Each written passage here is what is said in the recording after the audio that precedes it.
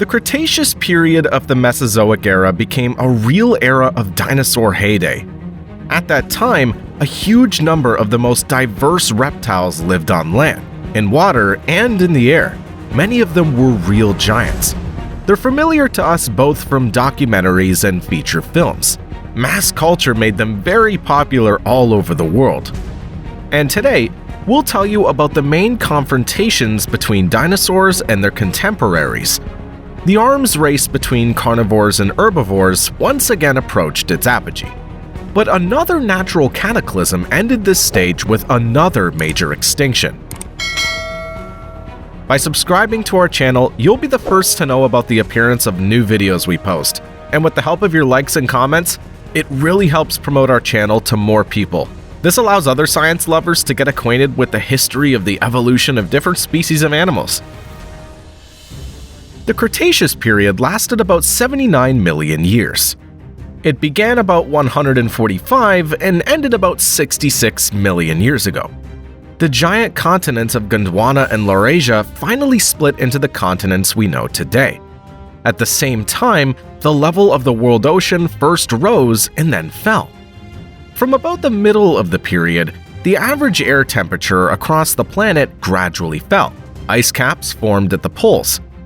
In some regions, the temperature dropped to +4 degrees Celsius in the winter, but the last 4 to 5 million years have seen a slow warming. In the second half of the period, a real revolution took place in the plant kingdom. Flowering, or angiosperms, appeared. In the forests of the Cretaceous period, oaks, beeches, and magnolias of almost modern appearance were already in full swing, but there was still no grass under them. Scientists associate the evolution of flowering plants with the flourishing of insects. With their help, pollination of angiosperms began to occur. Diatoms have also been known since the Cretaceous period.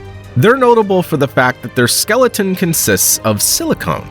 The remains of these algae are the basis of siliceous slits and other deposits. The marine fauna of the Cretaceous period was also very diverse. It included more than 600,000 families of various animals. For comparison, scientists know only 450,000 families from Devon, which is often called the Age of Fish. At the beginning of the Cretaceous, the main marine predators were pliosaurs. We talked about them in a previous video, dedicated to the battles of animals of the Jurassic period. Among the pliosaurs of the Cretaceous period, which competed both with each other and with other species of marine animals, we can note the Kronosaurus and Dolichops. According to some estimates, the body length of the Kronosaurus could be up to 10 meters long. This giant weighed about 11 tons. The age of the remains found in Australia and Colombia is around 100 to 120 million years old. Scientists also have real evidence of dramatic confrontations of marine animals involving Kronosaurs. When analyzing the contents of their stomachs, researchers found that these marine reptiles ate both large and small elasmosaurids, sharks, and even small turtles. The largest prey of these lizards was believed to have weighed about 3 tons. This shows that the Kronosaurs successfully butchered animals that they could not swallow whole. Also, on the skull of a small lizard from the elasmosaurid family, Vulungosaurus traces of the teeth of this predatory pliosaur were found. It's not surprising, because the teeth of Kronosaurus are similar in shape to the teeth of killer whales or crocodiles, and in size reached 30 centimeters together with the crown. The bite force was also comparable to the jaw strength of modern crocodiles. Dolichops, by all indications, was a fish-eating plesiosaur. Its length didn't exceed 3 meters. It had large eyes and an elongated mouth. This made its muzzle similar to the muzzles of ichthyosaurs. Dolichops lived in the territory of the modern United States in the period from 70 to 93 million years ago. In the seas and oceans of the Cretaceous period, various types of corals, sea urchins, and bivalves continued to develop. A huge number of microorganisms and small-shelled crustaceans also appeared. They were part of the plankton. The shells of many of them had a calcareous structure. Now they form the basis of the bottom sediments of that period. But the real masters of the seas of the Cretaceous period, of course, were the mosasaurids. These giants appeared only in the second half of the period. but it's quite difficult to imagine that someone could offer them worthy resistance. Most likely, only their relatives could pose a danger to them. The mosasaur, which gave its name to the family, became the first of a large number of rulers of the world ocean at the end of the dinosaur era. Subsequently, the remains of mosasaurs were discovered in the Netherlands, the USA, Russia, Belgium, Japan, New Zealand, Antarctica, Africa, and Scandinavia. The largest of them, Hoffman's mosasaur, grew up to 17 meters in length, but other species were at least 10 meters in size. The mass of these lizards reached 15 tons. Outwardly, these monsters resembled giant crocodiles with flippers instead of legs and a huge mouth full of sharp teeth. But despite being the status of a megapredator, the mosasaur could also become someone's lunch. In 2014, an incomplete skeleton of a small mosasaur with a very interesting history was discovered. The remains found were quite well preserved, and scientists were able to study the contents of its stomach.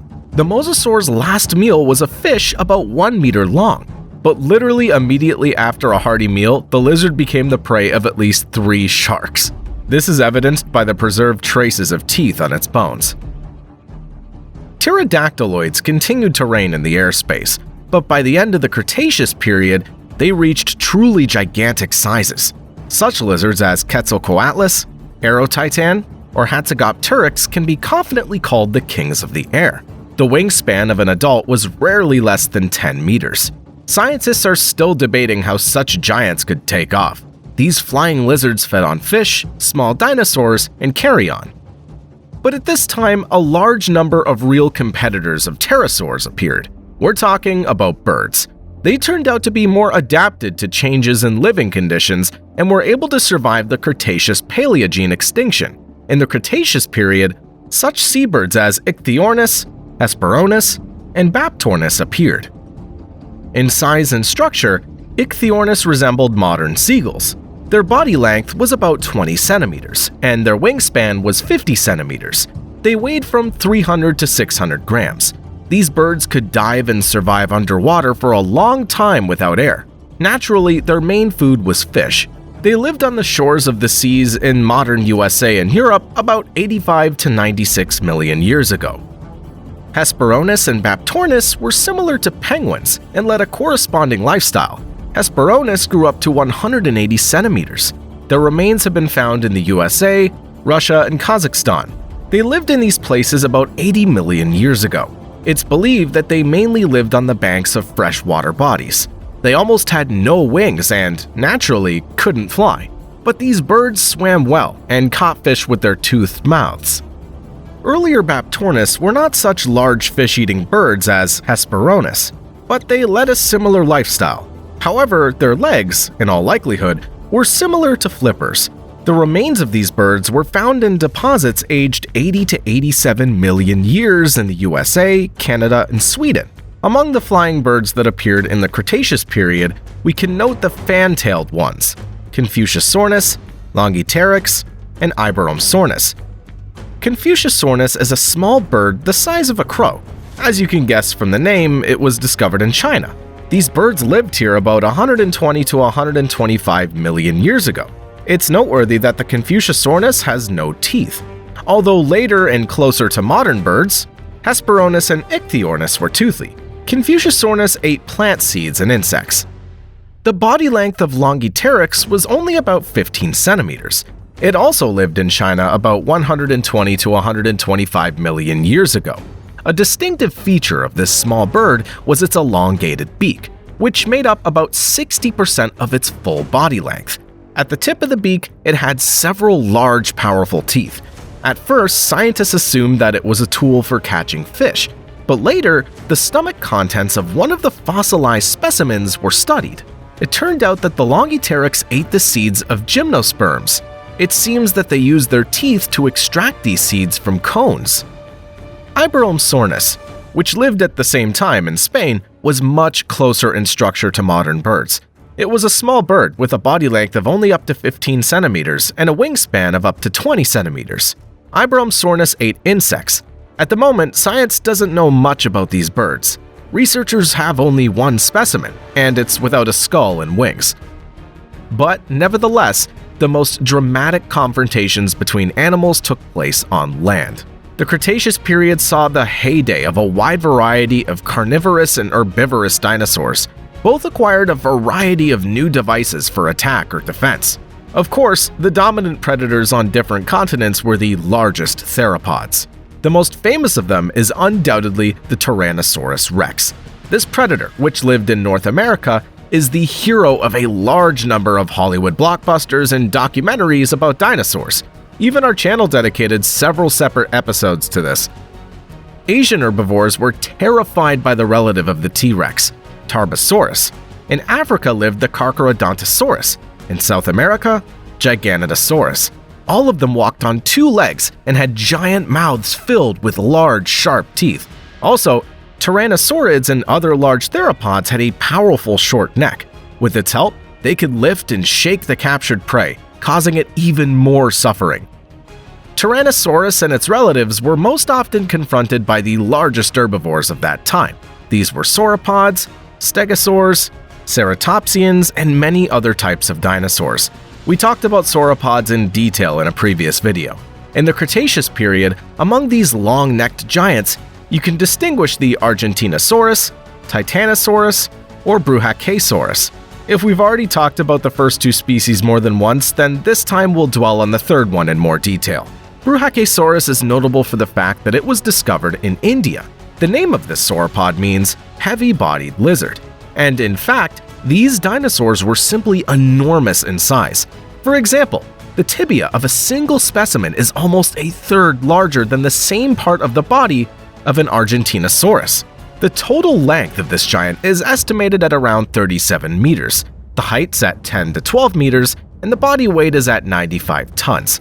However, all these estimates are extremely unreliable, since all the specimens were lost, and the final dimensions were determined by a group of enthusiasts based on available photographs. There was even a version that these were not dinosaur bones, but petrified trees. But scientists know quite a bit about other herbivores of the end of the dinosaur era. At that time, a large number of different ceratopsians lived in different parts of the planet. Three-horned dinosaurs with massive frills. It's quite possible that the main predator of all the times, the T-Rex, often confronted Triceratops. Their weight was up to 9 tons, body length up to 8 meters, and height up to 2 to 3 meters. The skull of the largest of the found Triceratops is more than 2 meters long. The weapons of these giants were horns, of which there were many as 3, one on the nose and 2 above the eyes. And if the nasal horn was very small, then the other 2 could grow more than 1 meter in length.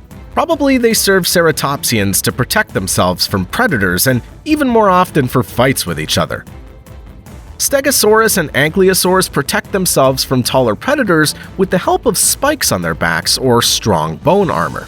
They also had spikes or a bone club on the tip of a mobile long tail. The largest of the armored dinosaurs, North American Ankylosaurs, were 7 meters long and weighed up to 6 tons. Also, in the Cretaceous period, smaller theropods lived on our planet, like velociraptors or oviraptors. The former were agile and fast predators. There's a version that says they hunted in packs and could pose a danger even to the largest herbivores. Their body length was less than 2 meters, and their height was no more than 70 centimeters. Velociraptors were covered with feathers and had large claws on their hind legs. However, in feature films, they're most often shown as a smaller copy of a Tyrannosaurus. Oviraptors lived in Mongolia and were slightly larger, but apparently they were omnivores. Animals that lived near water bodies could not feel at ease either. In the Cretaceous period, giant crocodilomorphs could be found in them, such as Sarcosuchus, Caprisuchus, or Deinosuchus. It's quite possible that semi-aquatic duck-billed dinosaurs, such as the hadrosaur, could often become victims of these monsters. The remains of Sarcosuchus, dating from 93 to 120 million years ago, are found in both Africa and Brazil. They grew up to 9 meters in length and weighed 2 to 3 tons. A slightly later Caprisuchus lived in Niger. According to various estimates, the length of this crocodilomorph ranged from 3 to 6.5 meters. Deinosuchus were contemporaries and neighbors of tyrannosaurs. They're extinct representatives of the alligator family. and are close in structure to their modern relatives. Only Deinosuchus grew up to 12 meters and weighed up to 8.5 tons. Such a monster could well have tried to drive away from its pond even a T-Rex that came too close. Initially, the bite force of a Deinosuchus was estimated at about 18 kilonewtons. But later, a group of scientists studied the bite force of 83 adult living modern crocodiles of various species. As a result, it turned out that the strongest jaws belonged to saltwater crocodiles. They slammed shut with a force of almost 16.5 kilonewtons. Having transferred these results to the dimensions of Deinosuchus, the scientists received a figure of 102.8 kilonewtons. Looking at the fauna of the Cretaceous period, one might get the impression that this was the time when huge theropods, crocodilomorphs, and mosasaurs ate all living things around them. But as always in nature, there was a balance of forces back then. In addition to modern birds, the first modern lizards, snakes, and even placental mammals appeared at this time. Among them were both the ancestors of ungulates and the first primates, that is, our immediate ancestors. But who they had to face in the struggle for survival after the extinction of the dinosaurs, we'll find out from the next issue.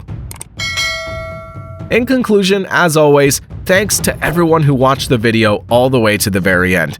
You can learn more about the appearance and study of the animals presented in this video from our other videos on the channel.